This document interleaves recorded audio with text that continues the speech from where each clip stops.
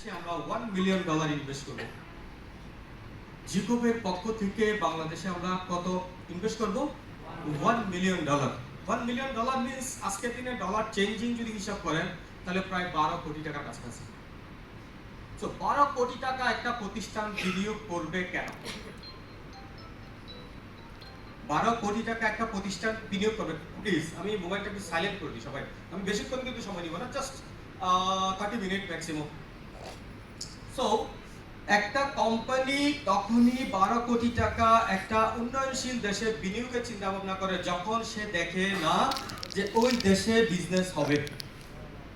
সে 2022 সালের মার্চ থেকে বাংলাদেশ নিয়ে গবেষণা শুরু করে এবং 2023 সালে এসে 1 বছর পরে সে ডিসিশন নেয় ওকে বাংলাদেশে বিজনেস করা পসিবল এবং বাংলাদেশে জিকোবের মতো একটা প্রতিষ্ঠান বিজনেস করার মতো কি রাখে, অবস্থান রাখে। তো যার কারণে সে যখন ক্যালকুলেশন হয়েছে আমরা এই দেশে বিজনেস করতে পারবো, দেন আমাদের মিশন স্টার্ট যে আমরা $1 মিলিয়ন বাংলাদেশে আমরা ইনভেস্ট করবো। আপনারা কি জানেন এ পর্যন্ত আমরা কত ইনভেস্ট করেছি? যেহেতু আপনারা সবাই নতুন, হয়তো অনেকেই জানেন না, নিয়ার অ্যাবাউট 6 থেকে 7 কোটি টাকা অলরেডি ইনভেস্টেড। এখন জিজ্ঞেস করতে পারেন এই টাকা আমরা কিভাবে